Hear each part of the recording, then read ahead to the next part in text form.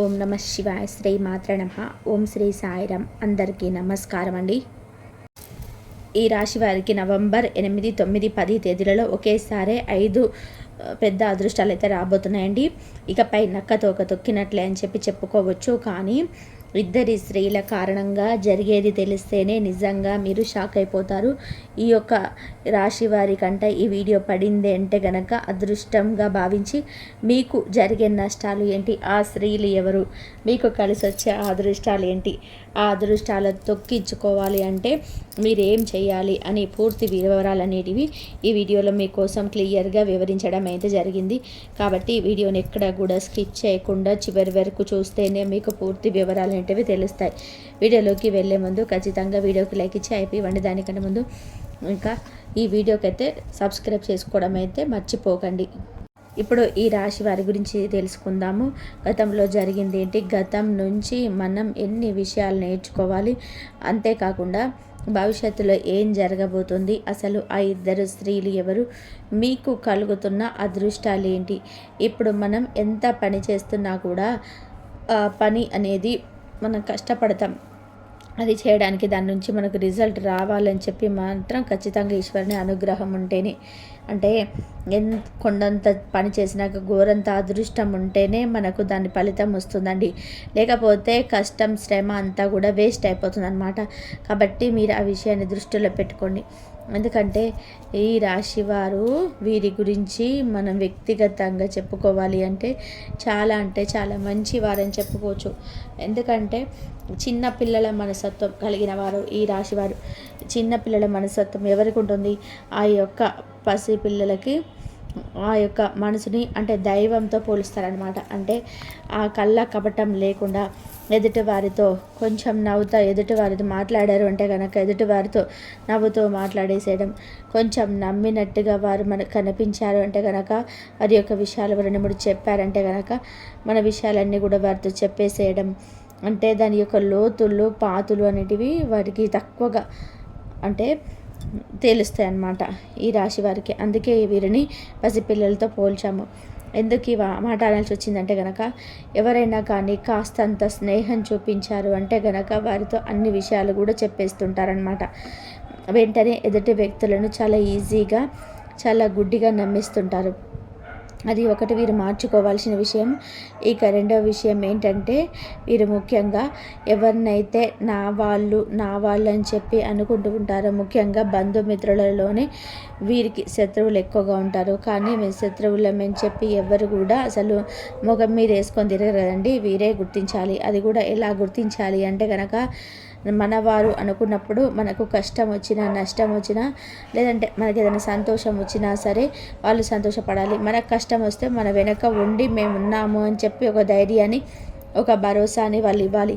అలా కాకుండా కేవలం వారి యొక్క అవసరాలప్పుడు మాత్రమే మనతో మంచిగా ఉండి వారి యొక్క అవసరాలన్నీ కూడా తీర్చుకున్న తర్వాత మళ్ళీ మనల్ని వదిలిపెట్టేసి మళ్ళీ అవసరమైనప్పుడు మన దగ్గరికి వచ్చే వాళ్ళు కేవలం వారి యొక్క ఆ పనులు గడిపించుకోవడం కోసం మాత్రమే మన దగ్గరికి వస్తున్నారే తప్ప నాని అనే ఒక బంధం అనేది వారి యొక్క వ్యక్తిగతంలోనే లేదు అన్న విషయాన్ని గుర్తుపెట్టుకొని అటువంటి బంధువులతోటి చాలా జాగ్రత్తగా ఉండాలండి ఈ యొక్క రాశివారు. ముఖ్యంగా ఈ రాశివారు మానసిక స్థితి అనేది ఏ విధంగా ఉంటుందంటే కనుక అందరూ బాగుండాలి, అందులో నేను కూడా ఉండాలి, నేను ఎవరికి అన్యాయం చేయను, భగవంతుడు నమ్మాను, నేను కష్టపడుతున్నాను, నా కష్టాన్ని తగ్గ ఫలితం నా భగవంతుడు ఇస్తాడు అని చెప్పి ఈ యొక్క మనస్థితిలో ఎప్పుడు కూడా ఆలోచిస్తూ ఉంటారు. మీరు చాలా మంచి అంటే ఒక ఆలోచన పద్ధతి ఆలోచన విధానం ఏదైతే ఉంటుందో అది మీరు చాలా కరెక్ట్గా చాలా న్యాయంగా ఆలోచిస్తుంటారు. కానీ మీరు మీ యొక్క పరిస్థితులను ఎదుర్కోవడంలోనే కొంచెం తప్పు చేస్తున్నారని చెప్పొచ్చు. అదేంటి, ఏం తప్పు చేస్తున్నాం మేము అని చెప్పి అనుకుంటారు కదండి. అయితే మనం మానవ జన్మ ఎత్తాము అంటే కనుక కొన్ని కర్మలన్నిటివి అనుభవించడానికి మాత్రమే భగవంతుడు మనకి ఇక్కడ భూమి మీద మానవ జన్మనిచ్చాడు. ఈ యొక్క మానవ జన్మలో మన పూర్వజన్మలో చేసుకున్న ఫలితాలను అనుకూలంగా అనుసరించి ఈ యొక్క జన్మలో మనకు కష్టాలు కానీ సంతోషాలు కానీ వస్తూ ఉంటాయి. అయితే కష్టాలు వచ్చినప్పుడు మన కర్మ అనేది కొంచెం కొంచెం తగ్గుతుంది, అంటే మన కోసం సంతోషం అనేది చాలా దగ్గరలోనే ఉంది అన్న విషయాన్ని గుర్తుపెట్టుకోవాలి. ఎప్పుడైనా కానీ చీకటి పడింది అంటే కనుక ఖచ్చితంగా తెల్లవారుతుంది కదా. అలాగే మన చీకట్లో ఉండిపోం కదా, చంద్రుడు వచ్చాడు కదా అని చెప్పి సూర్యుడు రాకుండా ఉంటాడా? అలా జరగదు కదా. అలాగే మనకు కష్టం వచ్చిందని చెప్పి మన కష్టంలోనే ఉండిపోం, ఖచ్చితంగా కష్టం నుంచి బయటపడతాం. మీకేంటంటే కనుక ఏదైనా సరే బాధ కలిగింది అంటే కనుక అది మనస్సులోనే ఉంచి మిమ్మల్ని మీరు దహించేసుకుంటారనమాట. అంటే ఆ యొక్క మనసులో క్షోభని మీ యొక్క బంధువులతో చెప్పరు, లేదంటే మీ యొక్క పార్ట్నర్తో చెప్పరు, మీ యొక్క కుటుంబంతో పంచుకోరు. ఎప్పుడైనా కానీ బాధ అనేది నలుగురితో పంచుకుంటేనే కాస్త మనసు అనేది తేలికిస్తుంది. అలా కాకుండా నేనైతే కష్టపడుతున్నా, నా కష్టం వారికైనా రాకుండా ఉంటే చాలు అనే ఉద్దేశంతో వారు ఎక్కువగా ఆ బాధను వారే ఇవ్వడానికి ఇష్టపడతారు తప్ప వారి యొక్క బంధుమిత్రులని. ఈ రాశి వారిని గమనించండి మీరు. ఎప్పుడైనా కానీ తనకు కష్టపెట్టుకుంటాడు, తనకు నష్టం చేసుకుంటాడు. తన కారణంగా ఎదుటి వారికి ఏది నష్టం ఉండదు, కానీ కోపంగా కనిపిస్తాడు. పాపం ఈ రాశివారు చాలా గంభీరంగా కనిపిస్తారు. మాట తీరు కూడా చాలా కొంచెం దురుసుగా అనిపిస్తుంది. వాళ్ళ యొక్క ఎప్పుడైనా కానీ మనిషి కోపంగా ఉన్నప్పుడే మనం స్నేహంగా ఉండాలి. ఎవరైతే ఆవేశంగా ఉంటారో వారిని మనసు అనేది చాలా స్వచ్ఛంగా ఉంటుంది. ఏది కూడా వారు మనసులో ఉంచుకోలేరండి, వెంటనే మాట రూపంలో బయటికి చెప్పేస్తుంటారు. కోప్పడుతున్నారు అంటే మంచి వాళ్ళని చెప్పి అర్థం అనమాట. కాబట్టి ఈ రాశి వారు యొక్క మంచితనం అనేది అలా చిన్న మాటతో వీళ్ళు మంచి వాళ్ళు అని చెప్తే చాలదండి. వారితో ఎవరైతే బంధం ఉంటుందో వారికి నిజంగా తెలుసు వారు ఎంత మంచివారో అని చెప్పి. వాళ్ళకి కోపం ఆవేశం ఎందుకు వస్తుందంటే ఎంత కష్టపడినా కూడా చేతిలో ధనం అనేది కష్టం తక్కువగా నిలబడుతుంది. అది కూడా కుటుంబం కోసం కష్టాన్ని త్యాగం చేస్తారనమాట. వారికి ఇష్టమయ్యన్ని తీసుకొచ్చి పెట్టడం, వారి అవసరాలన్నీ కూడా తీర్చడం, వారికి ఒక హోదాను కల్పించడం కోసమే వీరు ఒక కొవ్వొత్తిలాగా కరిగిపోతూ వెలుగును అందిస్తారని చెప్పి అంటాం కదా. అలా కష్టపడే మనస్తత్వం కలిగిన వారనమాట.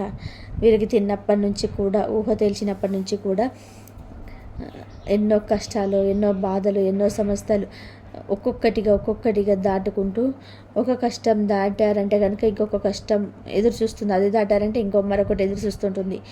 అలా ప్రతిదాన్ని కూడా దాటుకుంటూ వచ్చి లైఫ్లో సంతోషాలు సుఖాలు పడటం మర్చిపోయారు వీళ్ళు చెప్పాలి అంటే కనుక. కానీ ఒక్క మాట గుర్తుపెట్టుకోండి, మన సంతోషం మనలోనే ఉంటుంది, ఈశ్వరుడు మనలోనే ఉన్నాడు. ఇప్పుడు దూరపు కొండలు నులుపు అని చెప్పి మన ఇంటి పక్కన ఉన్న గుడికి వెళ్ళకుండా ఎక్కడో శ్రీశైలానికి, ఎక్కడో కాశీకి వెళ్ళి మొక్కాల్సిన అవసరం లేదు. మన ఇంటి పక్కన లేదంటే మన ఇంట్లో ఉండే దేవుడికి మొక్కినా కూడా అదే పుణ్యం వస్తుంది. అంతేకాకుండా కాశీకి వెళ్ళి డబ్బులు ఖర్చు పెట్టుకుని అదే పుణ్యం వస్తుంది. ఈ రాశి వారు తెలుసుకోవాల్సింది ఒకటేనండి, మీలో దైవత్వం ఉంది, మీలోనే సంతోషం ఉంటుంది, మీలోనే కష్టం ఉంటుంది. మీరు ఆనందంగా ఉండాలి అనుకుంటే ఖచ్చితంగా ఆనందంగా ఉంటారు. లేదంటే బాధపడుతున్నానంటే నా జీవితం ఇంతే అనుకుంటే ఖచ్చితంగా మీ జీవితం అంతే అవుతుంది. భగవంతుడి దగ్గరికి వెళ్ళి నాకు కష్టాలు వచ్చాయి అని చెప్పి ఆ ఈశ్వరుడు అంట వీరి నోట్లోనే పదే కష్టాలు అంటున్నారు. కష్టాలంటే ఇష్టమే అని చెప్పి మనకు కష్టాలను ప్రసాదిస్తాడంట. అలా కాకుండా నాకు సంతోషాలు, ఆనందాలు, ఐశ్వర్యాలు కావాలని చెప్పి ఖచ్చితంగా ఈశ్వరుడు ఆ సంతోషాలు, ఆనందాలు, ఐశ్వర్యాలు ఇస్తాడు. మన బాధ ఏంటో ఆయనకు తెలుసు, మనకు ప్రత్యేకంగా చెప్పాల్సిన అవసరం లేదు. మనం ఆ బాధను దూరం చేసి నాకు సంతోషాలు ఇవ్వండి అని చెప్పి మాత్రమే మనం కోరుకుంటామన్నమాట. కానీ ఈ యొక్క రాశి వారు ఎప్పుడు కూడాను నాకు కోట్లు కావాలి, నేను కోటేశ్వరిని అవ్వాలి అని కోట్లు వేసుకో తిరగాలి, నీ కారులో తిరగాలి చెప్పి ఏ రోజు కూడా కోరుకోరు. నాకు ఆరోగ్యం కావాలి, నాకు టైంకి నాకు కావలసినంత తిండి, నాకు అవసరానికి తగ్గట్టు డబ్బు, నా కుటుంబ క్షేమం చాలు బాగుంటే చాలు అని ఒక్క ఇదిలోనే ఉంటారు తప్ప ఎక్స్ట్రాలు ఇవి కూడా ఈ రాశి వారు కూడా కోరుకోరు. అలాగే నేను సుఖపడతాను, నాకు డబ్బు వచ్చి పడాలి అని చెప్పి కోరుకోరు, కష్టపడతారు. మీరు కొన్ని ముఖ్యమైన విషయాలు తెలుసుకోండి ఈ రాశివారు. నేను చెప్తున్నానని చెప్పి మీకు కోపం వచ్చినా పర్వాలేదు. ఎందుకంటే కనుక ఈరోజు ఈశ్వరుడు నా నోటి వెంట మీకోసం ఈ మాటను పలికిస్తున్నాడేమని చెప్పి భావించి వినండి. ఎప్పుడైనా కానీ మీరు సంతోషంగా ఉండాలి అని చెప్పి మనసుని మీకు సర్ది చెప్పుకోండి. నాకెప్పుడుండే కష్టాలు, నాకెప్పుడుండే బాధలు అని చెప్పి ఇలా అనుకోవద్దు. నేను హ్యాపీగా ఉండాలి. గతం గతః అని చెప్పి మర్చిపోండి. గతంలో ఏం జరిగింది, ఎవరెటువంటి వాళ్ళు, చాలా అనుభవాలు, చాలా పాఠాలు మీ యొక్క బాధలు, మీ కష్టాలు నేర్పించాయి. కాబట్టి వాటిని కొన్ని కావలసిన గుణపాఠాలుగా తీసుకోండి. గతం గతః అని చెప్పి మిగతావన్నీ కూడా మర్చిపోండి. ప్రస్తుతం గురించి మళ్ళీ రేపటి గురించి కూడా ఆలోచించవద్దు. ప్రస్తుతం ఈ నిమిషం ఎలా గడుస్తుంది, ఇప్పుడు నేను హ్యాపీగా ఉన్నానా లేదా, నా చుట్టూ ఉండే వాతావరణం హ్యాపీగా ఉంటుందా లేదా, సంతోషంగా ఉన్నానా, వీటి గురించి మాత్రమే ఆలోచించండి. హ్యాపీగా ఉండండి. లైఫ్ని, మీ యొక్క జీవితాన్ని మీ ఇష్టానుసారంగా మెరుగపండి. ఎవరో ఏదో అనుకుంటారు, చుట్టూ నలుగురు ఏదైనా ఇది చేస్తే తప్పుగా అర్థం చేసుకుంటారేమో, లేదంటే నా వాళ్ళలో నేను తప్పుగా కనిపిస్తానేమో అని చెప్పి ఎవరి గురించి కూడా ఆలోచించవద్దు. ఎందుకంటే అనుకునేవారు మీరు కష్టాల్లో ఉన్నప్పుడు, మీరు బాధల్లో ఉన్నప్పుడు ఒక 10 రూపాయలు తీసుకొచ్చి ఇవ్వరు. మీకు కనీసం ధైర్యాన్ని కూడా వారు నూరు పోసి చెప్పరు. మీరు సంతోషంగా ఉండండి అని ఏ రోజు కోరుకోరు. మీ యొక్క పొదుపు గురించి కానీ, మీరు ఇట్లా కష్టపడుతున్నారు, మీరు నష్టపెట్టుకోమాకండి అని చెప్పి మంచి మాట మీతో ఎవ్వరు కూడా మీ అనుకున్న వారు చెప్పరు. ఆ విషయాన్ని గుర్తుపెట్టుకోండి. ఎప్పుడైనా కానీ ఎప్పుడు కూడా మీ సంతోషం మీలాగే ఉంటుంది. అలా సంతోషంగా ఉండడానికి, హ్యాపీగా ఉండడానికి, మిమ్మల్ని మీరు ఆరోగ్యంగా ఉంచుకోవడానికి, మీరు సంతోషంగా గడిపే ఈ క్షణాలే ముఖ్యం అని గుర్తుపెట్టుకోండి. తర్వాత వచ్చేసి ఎవరు నా వాళ్ళు, ఎవరు పరాయి వాళ్ళు అని చెప్పి ఫస్ట్ తెలుసుకోండి. మీరు నీ వాళ్ళు అనుకున్న వాళ్ళు నీ వాళ్ళు కాకపోవచ్చు. అదే పరాయి వాళ్ళు అనుకున్న వాళ్ళు నీ వాళ్ళు అవ్వచ్చు. ఇక్కడ ఎందుకు ఈ మాట మాట్లాడమంటే కనుక, ఇప్పటి రోజుల్లో రక్త సంబంధాలు అని చెప్పి మనం మనసుకోగానే సరిపోదండి. మనం ఏ విధంగా అయితే ప్రేమను చూపిస్తున్నామో అవతల వారికి కూడా మన మీద అదే ప్రేమ ఉండాలి కదా. అయితే మనము ఎక్కడికి కూడా నాన్న నాన్న అని చెప్పి అనుకుంటే ఒక చేతులు చప్పట్లు కొట్టడం అవుతుందా? అలా అవ్వదు కదా. 2 చేతులు చప్పట్లు కొడితేనే అవుతుంది. కాబట్టి ఎప్పుడైనా కానీ నీ వాళ్ళ నుంచి నీకు ధైర్యం లభిస్తుందా? నీ వాళ్ళు అవసరాన్ని ఆదుకుంటున్నారా? కష్టంలో తోడుగా ఉన్నాడా? లేదంటే నీకు కష్టం వచ్చినప్పుడు వారి స్వార్థం వాళ్ళు చూసుకొని దూరం అయిపోయారా? ఇటువంటివన్నీ కూడా మీరు క్యాలిక్యులేట్ చేసుకొని మీ వాళ్ళు ఎవరు పరాయి వాళ్ళు అని చెప్పి గుర్తుపెట్టి వారితో టైం స్పెండ్ చేయడానికి మీ వారితోటి ఆ టైంని ఉపయోగించుకోండి. ఇక స్నేహం అనే పేరుతో మోసం చేసినావు. ఇప్పుడు రోజులలో ఎవరైతే స్నేహం అనే పేరుతో మిమ్మల్ని చెడు దారిలోకి పెట్టాలని చెప్పి ట్రై చేస్తున్నారో, చెడు వ్యసనాలు వెళ్ళాలని చెప్పి మొగ్గు చూపించేలాగా మీ యొక్క మానసిక స్థితిని మార్చాలని చెప్పి చూస్తున్నారు, ఎవరైతే మీ యొక్క డబ్బుని నష్టపరిచే విధానంగా మీరు భగవంతుని కోరుకోవడం కాదు. ఆ దరిద్రులు ఎవరు అంటే, ఒక అరటిపండు ఉందనుకోండి, ఆ అరటిపండుకి బాగా పూజ పట్టిపోతుంది, బాగా అది ఇంకా ఇదిగా కూలిపోయే స్టేజ్కి వస్తుంది. ఆ అరటిపండు తీసుకొచ్చేసి మంచి అరటిపండు పెట్టండి, ఏమవుతుంది, 2 రోజులకు దీనికి కూడా పూజ అంటుకుంటుంది. అలాగే చెడు వ్యక్తులతోటి కూడా స్నేహం మంచిది కాదు. నువ్వు మారాలి, నువ్వు మంచిగా ఉండాలి, నేను నా సంతోషాన్ని చూసుకోవాలి, నా హెల్త్ నేను చూసుకోవాలనుకున్నప్పుడు ఆ యొక్క బూజు పట్టి అరటిపండు పక్కన మీరు ఉండడానికి వీలు లేదు.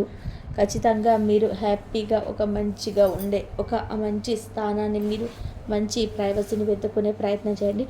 ఆటోమేటిక్గా మీకు అదృష్టం కలిసి వచ్చేస్తుంది అన్నమాట. ఇవి కొన్ని పాయింట్స్ అని గుర్తుపెట్టుకోండి. ఎవరిని కూడా గుడ్డిగా నమ్మొద్దు. నమ్మి ఎవరితో కూడా మీ యొక్క పర్సనల్స్ అనేటివి షేర్ చేసుకోవద్దు. ఎవరికి అనవసరమైనటువంటి వ్యక్తుల కోసం రూపాయి ఖర్చు పెట్టద్దు. ఇక మీకు కలవబోతున్న ఒకే ఒకసారి అదృష్టాలు ఏంటి అంటే కనుక, ఒకటి అదృష్టం వచ్చేసి ఫస్ట్ మీకు ఒకేసారి అదృష్టం ఏంటంటే, ఫస్ట్ అదృష్టం ఏంటంటే, మీరు మీ యొక్క వ్యక్తిగతమైన మార్పును మీరు మార్చుకోవాలనుకుంటున్నారు. ఇది మొదటి అదృష్టం. అది ఏంటి అని మాకేం అర్థం కాలేదు అంటే క్లియర్గా చెప్తాను వినండి. ఇప్పుడు మనిషి ఎన్నో రకాలైన ఆలోచనలు, అంటే ఒక ఫోనే ఉందనుకోండి, ఫోన్లో అనవసరమైనటువంటి ఫోటో చాలా ఉంటాయి. ఆ ఫోన్ మెమొరీ అనేది ఫుల్ అయిపోతుంది. అలా కాకుండా వేస్ట్ ఫోటోలను డిలీట్ చేస్తే ఏమవుతుంది, ఫోన్లో ఫ్రీ స్పేస్ అనేది వచ్చేస్తుంది. అలాగే మీరేమనుకుంటున్నారంటే కనుక నేను అనవసరమైన విషయాల గురించి అనవసరంగా ఆలోచిస్తున్నాను. ఈ అనవసరమైన విషయాల నుంచి నేను బయటపడాలి, నా మనసును ప్రశాంతంగా ఉంచుకోవాలనుకుంటున్నాను, నేను అందంగా గడపాలనుకుంటున్నాను అని చెప్పి మీరు ఒక కొత్త మార్పును తెచ్చుకోవాలనుకుంటున్నాను. ఈ మార్పు రావడం దైవ సంకల్పం. అది మీరు అనుకుంటే వచ్చేది కాదు, భగవంతుడు అనుకుంటే వచ్చేది. భగవంతుడు అనుకున్నారు అంటే కనుక ఈ యొక్క ఈశ్వరుడి అనుగ్రహం మీ మీద పడింది అని చెప్పి అర్థం. ఇంతకటి అదృష్టం ఏముంటుందండి చెప్పండి. ఇది మొదటి అదృష్టం. అంటే మీ మానసిక రుచి ప్రశాంతంగా ఉండబోతుంది అని చెప్పే అర్థం అన్నమాట. మానసిక సంతోషమే ఆయుష్ను పెంచుతుంది. ఇది ఫస్ట్ అదృష్టం. రెండవది ఆరోగ్యమే మహాభాగ్యం అంటారు మన పెద్దలు. ఎందుకంటే ఒక ఆరోగ్యం ఉండి మనసు అంటే మనిషి శరీరపరంగా అన్ని అవయవాలు కరెక్ట్గా పనిచేసుకుంటున్నప్పుడు డబ్బుదేముందండి, ఆటోమేటిక్గా డబ్బు సంపాదించుకోవచ్చు. ఆరోగ్యం ఉంటే, ఆరోగ్యం బాగాలేకపోతే మనకు డబ్బు సంపాదించలేం, కానీ ఆరోగ్యం బాగుందంటే డబ్బు సంపాదించుకోవచ్చు. కాబట్టి ఆ యొక్క ఆరోగ్యం అనేది మీకు కలగబోతుంది. గత కొన్ని నెలల నుంచి కానీ కొంత గ్యాస్ట్రిక్ ప్రాబ్లం తోటి, కొంచెం మానసికమైన ఒత్తిడితోటి, అనవసరమైన టెన్షన్లతోటి, కొన్ని భయాలతోటి, కొంత అంటే శారీరకంగా కొన్ని ఒళ్ళు నొప్పులు, కొంచెం చేతులు కాళ్ళు తిమ్ముళ్ళు అనిపించడం, ఇలాంటి సమస్యలతో మీరు బాధపడుతున్నారు. ఈ సమస్యల నుంచి మీకు రిలీఫ్ అనేది దొరకకపోతుంది. మీకు హెల్త్ పర్ఫెక్ట్ అవ్వబోతుంది. సో మీరు హెల్త్ ఫుడ్ తీసుకోండి. ఆరోగ్యపరంగా కాయలు, ఫ్రూట్స్, మంచిగా కూరగాయలు, మంచి జ్యూసులు, మంచిగా ఇంట్లో ఉండిన ఆహార పదార్థాలు, వేడివేడిగా ఉన్న ఆహార పదార్థాలు ఇటువంటి తినండి. హ్యాపీగా మీకు సెట్ అయిపోతుంది అనమాట. ఇది రెండవ అదృష్టం. ఇక మూడవ అదృష్టం వచ్చేసి మీ యొక్క వృత్తి అందు మీరు లాభాలను చూడబోతున్నారు. ఇంతవరకు కూడా ₹1 పెట్టిన దగ్గర ₹1 మీకు లాభం వచ్చి ఉండొచ్చు, కానీ ఇక నుంచి ₹1 పెట్టిన దగ్గర ₹10 లాభం రాబోతుంది. ఆకస్మిక ధన లాభం రాబోతుంది. కానీ ఇక్కడ మీరు గుర్తుపెట్టుకోవాల్సిన విషయం ఏంటంటే కనుక కష్టే ఫలి అన్న మాటను గుర్తుపెట్టుకోండి. ఎంత కష్టపడతారో అంత కష్టానికి తగిన ప్రతిఫలం అనేది వస్తుంది. మీరు కష్టపడకుండా నేను కూర్చుంటా, నాకు అనుకూల టైం వచ్చింది కదా, నాకు వచ్చేస్తాయి డబ్బులు అని చెప్పి అనుకోవద్దు. కష్టపడితేనే మీకు ఆదాయం అనేది వస్తుంది. మీరు ఆశించిన దానికంటే రెట్టింపు వస్తుంది అనే విషయాన్ని గుర్తుపెట్టుకోండి. ఇక 4వ అదృష్టం ఏంటంటే కనుక మీరు మీ యొక్క జీవితంలో ఏదైతే సాధించాలి అని చెప్పి అనుకున్నారని, అంటే ఏ స్థాయినైతే మీరు కోరుకున్నారో ఆ స్థాయి అనేది మీకు రాబోతుందన్నమాట. అంటే ఏంటి అర్థం కాలేదని చెప్పి అంటారేమో. ఏం లేదండి, ఇక్కడ ఏంటంటే కనుక మీరు మీ యొక్క వృత్తి అందు నాకు ఇంత టార్గెట్ ఉంది, ఈ టార్గెట్ని నేను రీచ్ అవ్వాలి. ఇప్పుడు ప్రతి ఒక్కరు కూడా బిజినెస్లో నేను ఇది రీచ్ అవ్వాలని చెప్పి పెట్టుకుంటారు. అలా టార్గెట్ని అయితే మీరు రీచ్ కాబోతున్నారనమాట. ఎంత చేసినా కానీ కోరుకున్నది స్పాట్ ఒకటి ఉంటుందన్నమాట. ఆ కోరుకున్న స్పాట్ని చేరుకుంటేనే మనసు సంతోషంగా ఉండగలుగుతారు. ఆ స్పాట్ని అయితే మీరు చేరుకోగలుగుతారు. ఇది 4వ అదృష్టం. ఇది డెఫినెట్గా కలుగుతుంది మీకు. మీ యొక్క మంత్ ఎండింగ్ కానీ లేదంటే డిసెంబర్ 1st వీక్ కానీ మీకు డెఫినెట్గా జరుగుతుంది. ఇది 4వ అదృష్టం. ఇక 5వ అదృష్టం ఏంటని చెప్పంటారా?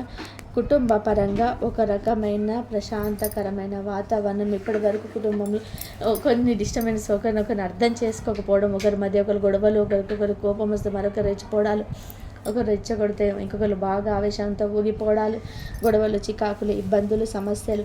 కుటుంబ పరంగా ఇంటికి వెళ్తే మనశ్శాంతి లేదు, ఇంట్లో ఉన్న వాళ్ళ ఆడవాళ్ళకు కూడా మనశ్శాంతి ఉండదు. ఇలాంటి సమస్యలతోటి ఉన్నవారికి కుటుంబపరమైనటువంటి వాతావరణం అయితే అనుకూలం కాబోతుంది. అంటే ఈ రాశి వారు అనుకుంటారు, అనవసరంగా ఎందుకు వద్దు, ఇది నా కుటుంబం, నేను అల్లరి చేయడం వల్ల కరెక్ట్ కాదు, వాళ్ళ కోసం నేను తగ్గుతాను అని చెప్పి ఇటువంటి నిర్ణయం తీసుకోవడం ఒక మంచి ప్రశాంతమైన పీస్ ఆఫ్ లైఫ్ని అయితే అనుభవించబోతున్నారు. ఇది చెప్పడానికి చిన్నగా ఉన్నా కూడా అనుభవించే వారికి కష్టం ఏంటంటే తెలుస్తుంది. దాని నుంచి బయటపడిన వారికి అసుఖం అనేది తెలుస్తుంది అన్నమాట. ఇది మీకు జరగబోతుంది. ఈ 5 అదృష్టాలతో మీకు కలిసి రాబోతున్నాయి. ఈ 5 అదృష్టాలు కూడా మీలో మార్పు, అంతేకాకుండా మీ యొక్క మనిషిలో మార్పు, మీ చుట్టూ ఉండే ఆ యొక్క పరిస్థితుల్లో మార్పు అనేది మీరు చేసుకునే దాన్ని బట్టే ఉంటుంది అన్న పాయింట్ అయితే గుర్తుపెట్టుకోండి. ఇవి కనుక మీరు ఆహ్వానించుకోగలిగితే మీ జీవితం మీకు అన్నక్క తొక్కినట్లే. ఎవడు ఏమనుకున్నా కూడా పర్వాలేదు, మీ జీవితంలో ఒక అద్భుతాన్ని చూస్తుంది. ఇక 2 స్త్రీల కారణంగా జరిగేది ఏంటో చెప్పంటారా? ఈ 2 స్త్రీలు ఎవరని చెప్పంటారా? ఒకరు రక్త సంబంధం, మరొకరు బయటవారు. వీరేంటంటే కనుక వీరికి మీ ఇంటి మీదే దృష్టి. ఏం చేస్తున్నారు, ఎక్కడికి వెళ్తున్నారు, ఏం కొంటున్నారు, ఏం తెచ్చుకున్నారు, ఇంటికి ఏ వస్తువు తెచ్చుకున్నారు, పిల్లలు ఏం చదువుతున్నారు, వీళ్ళకి ఎంత వస్తుంది ఆదాయం, వీళ్ళ యొక్క పెట్టుబడులు ఏంటి, వీళ్ళకు ఎంత బంగారం ఉంది, వీళ్ళ ప్రతిదీ కూడా మనిషికి ఇంత దృష్టి అనేది అవతల వారి నుంచి వస్తే ఎప్పుడైనా కానీ 10 మంది దగ్గర అప్పున్నా పర్వాలేదు అంటారు, కానీ 10 మంది ఏడుపులు మాత్రం ఉండకూడదు. ఆ 10 మంది ఏడుపులు వీరిద్దరు ఏడుస్తున్నారు మేము మీద పడి, కాబట్టి ఈ ఏడుపుల నుంచి జాగ్రత్తగా ఉండాలి. చెప్పాను కదా, ఒక రక్త సంబంధం, ఒక బకెట్ వారు, అది కూడా స్త్రీలు, అది కూడా మీ ఇంట్లో ఉన్నవారే. ఇంట్లో అంటే మీ ఇంట్లో ఉండేవారు కాదు, మీ యొక్క బంధువులలో ఒకరు అనమాట, బయట వారు కూడా కాదు. కాబట్టి ఆ స్త్రీలు ఎవరు అనేది మీకు ఒక గతం తాలూకా యొక్క అనుభవం నేర్పించే ఉంటుంది. ఇప్పటికే వారితో జాగ్రత్తగా ఉండండి. ఎటువంటి సంతోషాలు పంచుకోవద్దు. నాకు ఇంత వచ్చింది అంత వచ్చిందని చెప్పొద్దు. పొగడతలు ఇటువంటివి చెప్పొద్దు. వారు ఏమనుకున్నా పర్లేదు, వారికి దూరంగా ఉండే ప్రయత్నం చేయండి. మీ జీవితంలో హ్యాపీగా ముందుకు వెళ్ళిపోతుంది. ముఖ్యంగా ఈ యొక్క కార్తీక మాసంలో శివుడికి పాలాభిషేకం చేయడం, శివుడి పేరుని అర్చన చేయించుకోవడం కానీ చేసుకోండి. ఇంట్లో చిన్న శివలింగం బొటన వేలు సగం ఉండే శివలింగం తెచ్చుకొని రోజు అభిషేకం చేసుకొని హ్యాపీగా గడిచిపోతాయి. మీ రోజులు ఎటువంటి ఇబ్బంది లేకుండా ఆనందంగా ఉంటాయన్నమాట. ఎటువంటి నరదిష్టి అనేది ఇంటిని తాకలేదు, ఇంట్లో వాళ్ళు తాకలేదు. చిన్న శివలింగం బొటన వెంట కంటే చిన్నదే మీరు ఇంట్లో పెట్టుకోవచ్చు, ఏ ప్రాబ్లం ఉండదు. కాస్త నీళ్ళతో అభిషేకం చేసిన, కాస్త గంధం రాసి కుంకుమ బొట్టు పెట్టి నిత్యం దీపారాధన చేసుకొని ఇంత నైవేద్యం పెట్టండి, చాలా ఇంకేం అవసరం లేదు, హ్యాపీగా ఉంటుంది. ఇక మీరు ఈ యొక్క కార్తీక మాసంలో ముఖ్యంగా గుర్తుపెట్టుకొని రావి చెట్టు కింద ఆవు నెత్తో దీపారాధన చేసుకున్న, శివాలయ ప్రాంగణంలో 360 ఒత్తులు వెలిగించుకున్నా కూడా మీకున్నటువంటి రాహుకేతు కుజ శని దోషాల నుంచి చాలా వరకు విముక్తి పొందుతారు. ఎటువంటి ప్రాబ్లమ్స్ అనేవి ఉండవు. రోజు పడుకునేటప్పుడు రాళ్ళతో దిష్టి తీసేసుకుంటూ ఉండండి. కాళ్ళకి నల్లదారం కట్టుకోండి. అరికాలు బయటకు వెళ్ళేటప్పుడు కాటికి చుక్క పెట్టుకోండి. ప్రతి శనివారం ఆంజనేయ స్వామి గుడికి వెళ్ళే ప్రయత్నం చేయండి. నుదుటిన ఎక్కడికి వెళ్తున్న సరే సింధూరాన్ని కానీ కుంకుమని కానీ ధరించి వెళ్ళండి. ఎప్పుడు కూడా ఎవరి ఎదురుగా కూడా అంటే నేను ఉందాగా నేను ఇంత గొప్ప అని చెప్పుకోవద్దు. నరదిష్టి చాలా ప్రమాదకరం. నరదిష్టి మనిషి యొక్క పతనాన్ని కోరుకుంటుంది. కాబట్టి నరదిష్టికి దూరంగా ఉండాలంటే ఎంతవరకు ఉండాలో అంతవరకు ఉంటేనే మంచిది అన్న విషయాన్ని గుర్తుపెట్టుకోండి. ఓవరాల్గా ఈ 3 రోజుల్లో కూడా మీకు ఎటువంటి ప్రాబ్లం అయితే ఉండదండి. అంటే వృత్తిపరంగా, ఉద్యోగపరంగా, వ్యాపార పరంగా, కుటుంబ పరంగా, చిన్న పెద్ద బిజినెస్ల పరంగా, రియల్ ఎస్టేట్ వారికి, రాజకీయ రంగంలో ఉన్న వారికి, సినీ రంగ పరిశ్రమలో ఉన్న వారికి అందరికీ కూడాను అనుకూలంగా ఉంటుంది. హ్యాపీగా గడిచిపోతే కుటుంబ పరంగా కూడా ఎటువంటి ఇబ్బంది ఉండదు. అంతేకాకుండా లవర్స్ ఎవరైతే ఉన్నారో లవర్స్ పరంగా కూడా చిన్న చిన్న డిస్టర్బెన్స్ వచ్చే అవకాశం ఉంది. కాకపోతే వాటిని క్లియర్ చేసుకుంటారు. హ్యాపీగా గడిచిపోతుంది. ఆరోగ్యం కూడా మీకు సహకరిస్తుంది. 3 రోజులు చిన్న చిన్న ప్రయాణాలు తగిలే అవకాశం ఉంది. బంధుమిత్రులను కలిసే అవకాశం ఉంది. చిన్న ఫంక్షన్స్ అటెండ్ అయ్యే అవకాశం ఉంది. హ్యాపీగా ఉంటుంది. ఎటువంటి ప్రాబ్లమ్స్ ఉండవు. కాకపోతే మీరు జాగ్రత్తలో ఉండాలి. ఈ 3 రోజులు ఎటువంటి పనులు లేవు. అటువంటి పనులు చేసుకోండి. ఈ పనులు కనుక చేసుకుంటే మీకు జాగ్రత్తగా ఉంటే కనుక మీకు మంచి జరుగుతుంది. ఈ వీడియో కనుక నచ్చినట్లయితే ప్లీజ్ లైక్ చేయండి, షేర్ చేయండి, సబ్స్క్రైబ్ చేయండి. మరొక మంచి వీడియోతో మళ్ళీ కలుద్దాం. కాకపోతే కింద కామెంట్లో మాత్రం ఓం నమః శివాయ అని చెప్పేసి కామెంట్ చేయండి. అలాగే మరొక మంచి వీడియోతో మళ్ళీ కలుద్దాం. మొదటిసారి మన ఛానల్లోకి వస్తే సబ్స్క్రైబ్ చేసుకోవడం మాకు సపోర్ట్ చేయండి. మరొక మంచి వీడియోతో కలుసుకుందాం. పరమేశ్వరుడి ఆశీస్సులు మీ మీద, మీ కుటుంబ సభ్యుల మీద ఎల్లకాలం ఉండాలని చెప్పి మనస్ఫూర్తిగా కోరుకుంటూ సర్వేజన సుఖినో భవంతు. ఇంతవరకు చూసినందుకు ధన్యవాదాలు. ఓం నమః శివాయ. శ్రీ మాత్రే నమః. ఓం శ్రీ సాయిరాం.